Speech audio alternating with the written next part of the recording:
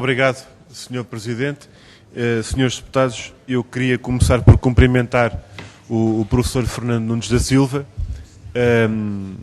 e saudar e agradecer o testemunho e a reflexão e os elementos que traz nesta reunião para esta comissão de inquérito, até porque algumas questões são praticamente pontos prévios e que devem enquadrar esta discussão, que têm sido transmitidas até agora nas suas respostas, a começar por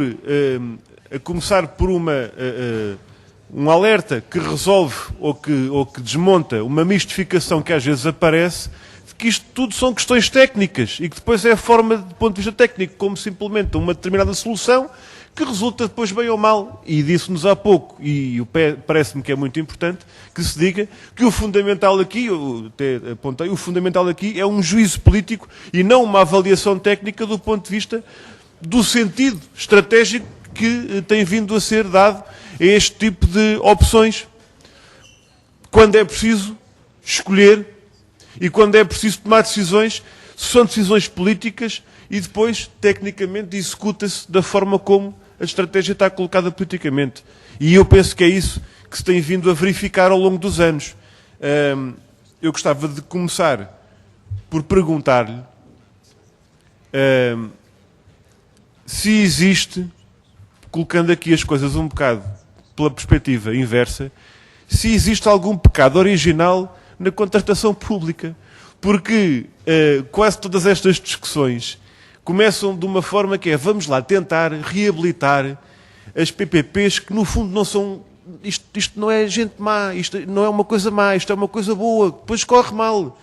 Isto é uma coisa que pode ser boa, mas isto é do lado de quem pergunta. Não sei se tem acompanhado estas discussões, mas do lado de quem pergunta e do lado de quem conclui nas reuniões, há sempre esta ideia. As PPPs têm algum problema de fundo? Têm algum problema de origem? E aquilo que eu pergunto, que eu penso que também vale a pena perguntar, é: então, e os modelos de contratação pública e com a gestão pelo aparelho de Estado, com empresas do setor empresarial do Estado, com os tais técnicos qualificados que nós temos, com uma brilhante escola técnica em Portugal de engenharia e não só, eu gostava de lhe perguntar se forem dados às empreitadas e aos empreendimentos de gestão pública os mesmos pressupostos que na discussão teórica se quer dar às PPPs, isto é, a coisa a correr bem, a coisa a ser bem organizada, os acréscimos de custo serem devidamente imputados, como acontece nas PPPs. Se houver um azar qualquer ou uma alteração qualquer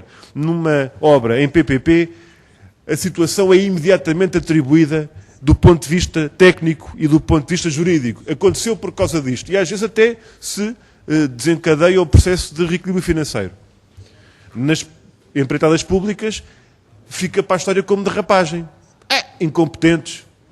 E muitas das vezes há aqui um desequilíbrio nos pressupostos e nos critérios de avaliação sobre a eficácia do Estado e a tal famosa proverbial incompetência do Estado e de tudo o que lá estiver dentro para obras, neste caso infraestruturas rodoviárias, ferroviárias, o que for. Eu gostava que nos desse a sua opinião sobre esta perspectiva, digamos, do outro ponto de vista.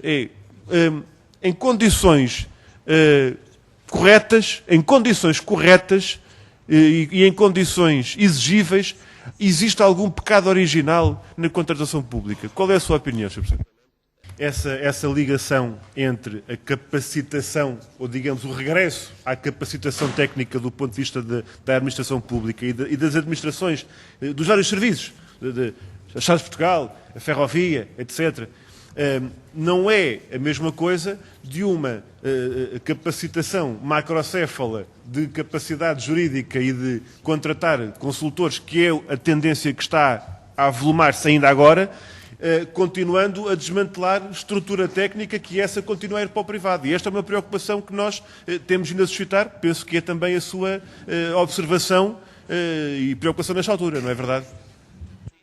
Sr. Professor, eu gostava de voltar a uma questão que abordou há pouco, que tem que ver com um processo que foi da década de 90 adiante, que foi o eixo ferroviário Norte-Sul, aqui a travessia ferroviária do Tejo. Também é um dos pontos que está abrangidos por esta comissão de inquérito. Também é incumbência desta comissão conhecer e avaliar esse processo.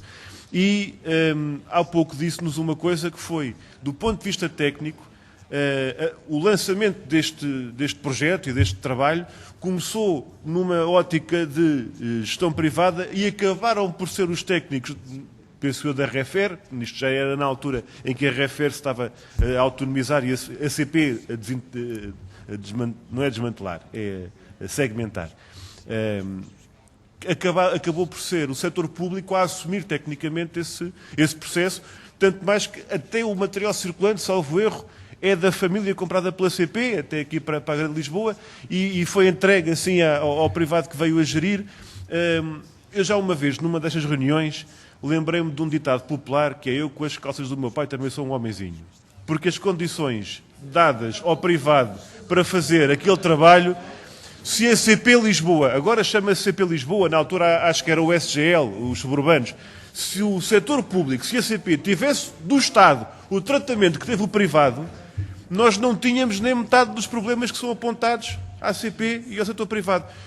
Isto é uma parte introdutória muito opinativa da minha parte, eu sei, mas não lhe peço que subscreva nem comente esta parte, eu pedi-lhe uma opinião e uma visão que acompanhou e que até deu aqui uma nota que eu sinceramente não conhecia, que é o assumir técnico de responsabilidades para a parte pública nesse processo. Eu gostava que nos trouxesse, da forma como entender, uma retrospectiva, digamos assim, uma avaliação do que foi aquele processo da travessia ferroviária, bom, nos termos em que entender convenientes e no tempo que entender conveniente. Muito obrigado. Ainda uma questão ao professor Nunes da Silva, relacionada com o método sul do Tejo, que é um exemplo concreto daquilo que pode traduzir muitas das afirmações que por vezes se fazem de forma genérica sobre PPPs e sobre projetos de obra pública em empreitada, as derrapagens, etc. Quem é que é o culpado da derrapagem, por aí fora. E uma coisa que tem vindo a público várias vezes, e que aliás até foi colocada nestas reuniões desta comissão de inquérito, tem a ver com esta ideia que é propalada de que, por culpa do município, nomeadamente do município de Almada, no caso concreto, houve um atraso provocado pelo município que tinha a ver com questões, segundo diziam alguns, de ordem de arranjos urbanísticos, etc., etc., e do estacionamento, os parques de estacionamento, e por isso, por culpa do poder local, houve uma derrapagem de X milhões de euros ou de X meses, o que provocou um reequilíbrio financeiro e que toda essa situação da parte da concessionária veio a revelar-se negativa para o Estado. Eu gostava, como acompanhou, julgo eu, esse processo, que nos ajudasse a compreender aqui, em termos de comissão de inquérito, que as alterações que acontecem, porque o projeto inicial, em termos de projeto de empreendimento, não é o projeto só o trabalho de projeto, é o empreendimento, da forma como está concebido e como é decidido, quando não contempla orientações, opções e intervenções que, a meu ver, são imprescindíveis, porque a coisa pior que pode haver, mas dirá melhor do que eu se é assim ou não, é resolver-se um problema do ponto de vista de mobilidade urbana, pondo carris ou abrindo um caminho e passa por aqui o transporte que há para se fazer. Se fazer este tipo de intervenção, imputando depois as responsabilidades a terceiros, neste caso, porque as situações não foram acauteladas, não é algo que deve merecer uma explicação mais rigorosa e a devida clarificação em termos do processo, tal como foi desenvolvido, para que não se diga que depois é por uma situação que decorre de negociações a posteriori, mas sim de opções políticas e da forma como o poder central e o poder local são envolvidos no decorrer dos processos de decisão e no lançamento dos empreendimentos. Eu não sei se me estou a fazer entender, eu fico por aqui e gostaria de voltar a esta questão das PPPs em relação a empreendimentos estruturantes para a mobilidade e para o desenvolvimento. Mas muito obrigado.